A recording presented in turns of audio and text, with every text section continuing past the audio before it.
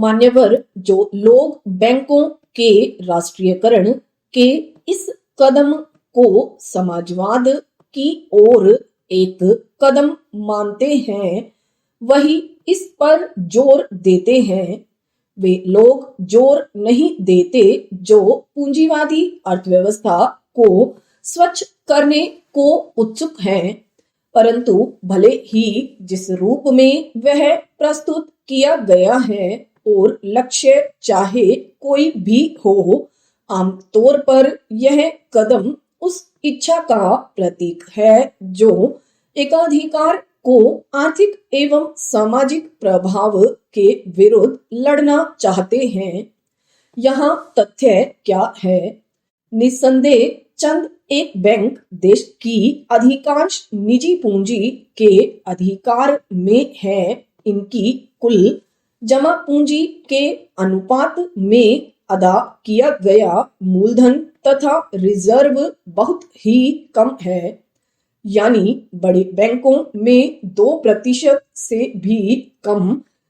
इन बैंकों के शेयरों का अधिकांश भाग कई लोगों के हाथों में बिखरा हुआ है, जिसमें से प्रत्येक व्यक्ति अपेक्षाकृत कम पूंजी रखता है। इससे बैंकों पर कारगर नियंत्रण रखने के लिए अपेक्षाकृत अधिक शेयर रखने वालों के समूह को सहायता मिलती है। यह देखा गया है कि जिनका नियंत्रण बैंकों पर है, उन्हीं का संबंध उद्योगों तथा व्यवसाय से होता है। कुछ एक तो इस तरह बड़े व्यवसायिक घराने बन बैठते हैं। ये घराने फिर बैंकों से बड़े बड़े ऋण ले लेते हैं, जो आर्थिक तथा सामाजिक दृष्टि से हितकर नहीं होता। जाहिर है कि इस तरह के ऋण कम शेयर मालिकों के व्यापक हितों के विरुद्ध जाता है। राष्ट्रीयकरण इस त्रुटि को दूर करने का प्रयास करता है। ये तथ्य ही ऐसे हैं कि जिन्हें चुनौती नहीं दी जा सकती।